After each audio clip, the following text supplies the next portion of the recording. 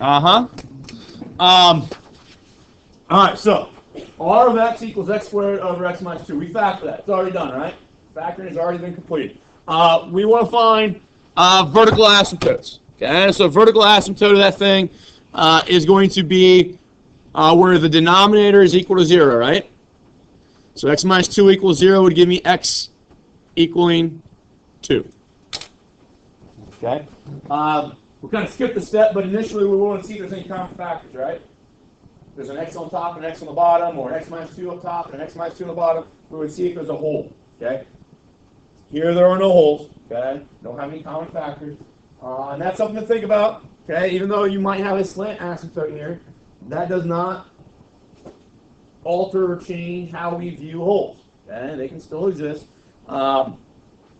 Slant asymptotes do not view or alter or change the way we view vertical asymptotes, okay? They do not alter or change the way we view x and y intercepts.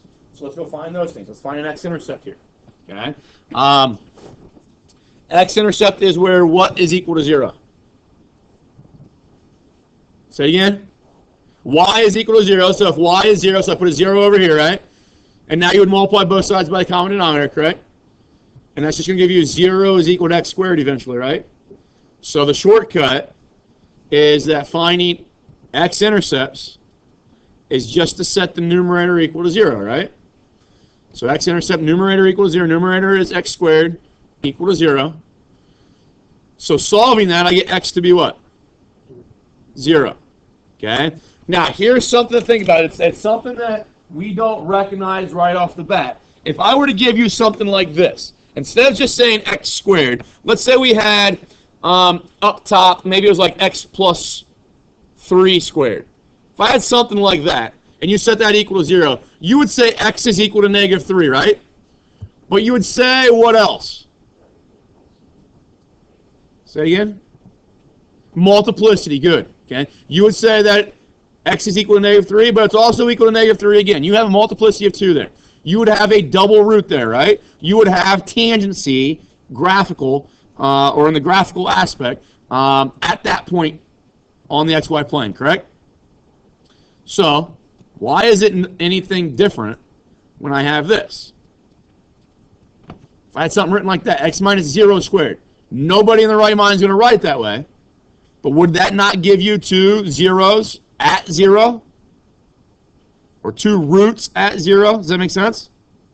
So when you see x squared here, x squared equals 0, and you say x is equal to 0, you're right, but it's got a multiplicity of 2 there. Okay? Which, in the long run, is it a huge deal? Maybe, maybe not. We'll see graphically that it's probably not going to be a huge thing that we miss if we miss it on this question, but other questions, it might be a problem. Okay? So we do have multiplicity there, and it's not that evident early on when we see x squared equals 0. Yeah, it'll make your curve will be tangent to the x-axis at 0, 0, essentially. Okay. Now, here's what I talked about yesterday. When you do some work and you get a result, and you have to do more work after that, think about what your result that you just found tells you. If you have an x-intercept at 0, that means it's an x-intercept at the point 0, 0, right? So where's your y-intercept? Your y-intercept is 0, 0, 2, isn't it? Isn't 0, 0 the intersection of the x-axis and the y-axis? So if you have one intercept there as an x-intercept, and you have a y-intercept there. So do I have to do any work to find another y-intercept? No, because these things are rational functions, right? You can't have 2 y-intercepts. Okay? So we know algebraically that our y-intercept should be at 0, 0. Also, you could have done the algebra. You could have said, well, y-intercept happens when x is 0. Plug 0 into the function, get 0 squared over 0 minus 2. Well, 0 divided by negative 2 is 0, right? Okay, but I think as you start doing stuff and you can make those connections, that'll make things a lot easier for you later on. All right, so we found vertical asymptotes, x-intercepts, y-intercepts. We've got a lot of the work done. We now need to find horizontal or slant asymptotes. Okay, so this is how we do this. Horizontal or slant asymptotes. If you guys remember, we talked about, and the reason I wrote this R of x is generic rational function. In dealing with horizontal and slant asymptotes, so far we've had two scenarios. We've had when n and m, those leading degrees, when n is equal to m, you had a horizontal asymptote at y equals what?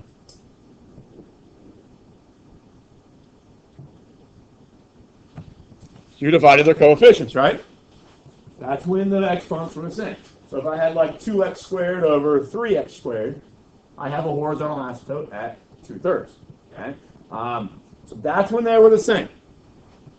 The second one we've talked about, which I think is usually these two are the easiest ones, obviously. That's why we've dealt with them first. But we've talked about when n is smaller than m. So after doing like factoring and reduction and all that kind of stuff, we would ultimately get, if n was 2 and m was 4, after a little bit of reduction, that ultimately gives me 1 over x squared, right? And then if x is a really, really, really big number, the denominator is huge, right? 1 divided by a huge number is what? 0, right? So when you have this relationship here, n is less than m, you always have a horizontal asymptote at y equals 0. Okay? I want you to remember those, but I don't want you to memorize those. I want you to understand why they exist. Okay? Because we're going to have a third one, and I think trying to memorize 3 rules, you're going to mess them up. But if you understand the algebra and why these 3 rules exist and why people use them as shortcuts, you're never going to forget the rules. Okay? Or mess them up. The third one, we've talked about them being equal. N has been less than m. What's the third option? Yeah, n is greater than m. Okay? So here, we don't have a horizontal asymptote. Here we get a slant asymptote.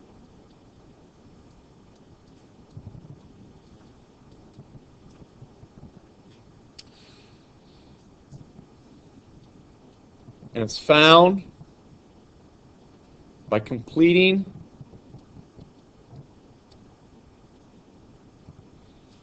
the long division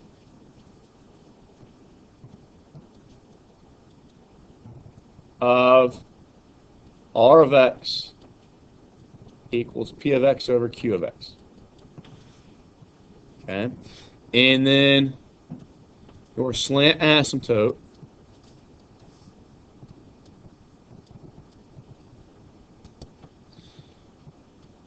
is always equal to y equals the quotient of that division. Okay? So you're going to have to, we've talked about when we did synthetic division. We do synthetic division because it's a quicker process than long division, right? But we cannot neglect long division and never learn how to do that because it has an application here. Okay? Synthetic division would work for the problem that we're doing right now, but in general, it doesn't work for every single one of these rational functions. Okay? If you remember synthetic division, the way we've developed it and used it is that you take a polynomial and you divide it by a linear term, right? Okay? So it's like x to the third and I divide it by x minus 2, or it's some x to the fifth and divide by x plus 5. Well, now we might have x to the fifth, but we're dividing by x to the fourth. Well, I don't know then what to put in that box outside in my synthetic division. So we have to do long division here. So let's go ahead and do that. Let's find our slant asymptote. We now know, looking at our original function was r of x is equal to x squared over x minus 2, right? The numerator's degree is larger than this one. Okay? And think about what happens here. Think about what happens. You put x in there because asymptotes, horizontal or slant asymptotes, we're interested in what happens when x is really, really big, right? Plug in 100 for x. You get 100 squared divided by 98, right? Well, 100 squared is what, 10,000? 10,000 divided by 98. Okay, see what you get. Okay, get about 100, don't you? Okay, not 100,000. Okay, no, it should be 100. Okay, 102. Okay, take then x to be 1,000. 1,000 squared, then divided by 998. Take x to be a billion. Okay, a billion squared. So that'd be what? A 1 with 18 zeros? And you divide that then by a billion minus 2. Okay? Those quotients that you successfully do as x gets bigger and bigger and bigger, those y values are now getting bigger and bigger and bigger too, aren't they? Okay? There's no bound on those y values like there was a bound on the y values when we dealt with horizontal asymptotes. Okay? So, the idea here is that we want, when x gets really, really big, as x goes to infinity here, y is going to go to infinity as well. Okay? But we got to figure out how fast it does that. Okay? We don't want to just shoot off and say it gets there instantly or that it gets there really slow. There should be something graphically that tells us how fast we get to infinity. So we got to do this long division. Remember with long division, you have to put your placeholders. So that's why I write it that way. And then we're going to go x minus 2. What should I put here so that when I multiply by x, I get x squared? X. So now I multiply, and this is going to be, I got to distribute to this stuff, right? So I get x times x gives me x squared, and x times negative 2 gives me negative 2x. Okay? Working with some of you, looking at some test stuff, we are not understanding that process of multiplying and distributing back to both parts. Some of us are just multiplying back to the x and then bringing everything down and starting over. Okay? You got to make sure you multiply to the x and the negative 2. The other thing that I'm seeing is that, if I were to do this, if I were to take like 19 divided by 5, I'd put 3 here, right? And then 15. And then what is the operation that you do here? You subtract them, right? You don't add. Okay? Now, what we have done, what I have shown you to do, is to multiply this by a negative and then add, because what is that the same as? Subtraction. Adding the opposite is the definition of subtraction, right? Okay? And I just think that that is safer to do, because when I look at this, x squared minus x squared, that's easy to do. But some people look at this and say 0x minus negative 2x and are unsure about that. Okay? So what I do, I use the definition of subtraction to help me, and I say, change everything to its opposite, and then add. So I changed everything to its opposite, and I'm going to add straight down. Some people are just adding straight down right away, and that obviously messes everything up. Okay? Or they're trying to subtract, but they get like negative 2x minus then a negative 3x, and that confuses them, and they don't know what that result is. Okay? Change your signs, add straight down, I think is the safest thing to do. Those go away, go left with 2x, bring my 0 down, so you get 2x plus 0. Okay? Now I keep going because this degree is still either equal or greater to my divisor's degree. Okay? So what should I put here then? That when I multiply by x, I get 2x. 2. So then I multiply, I get 2x minus 4. I'm going to change all my signs. So multiply by a negative 1, and then add. So those go away. And it leaves me then with a remainder of 4, right? Now the great part of this is that remainder does absolutely nothing for us. Okay? We don't need it. Okay? If you go back to the rule that I wrote up there for a slant asymptote, is that your slant asymptote is at y equals your quotient of p of x divided by q of x. So y equals x plus 2. That's the equation of slant asymptote. Okay? Now let's talk about why that 4, that remainder doesn't really matter. Because really what we have here is, if you remember, we go plus 4 over x minus 2, right? That's how I write my remainder. Okay, I attach that on. But what are we really interested in here is when x becomes what kind of number? Think about asymptotes. Why horizontal asymptotes or slant asymptotes? their behavior, the reason we're graphing is because we're interested in their behavior when x becomes what kind of number? We said it time and time again. When x gets really, really, really big. Okay?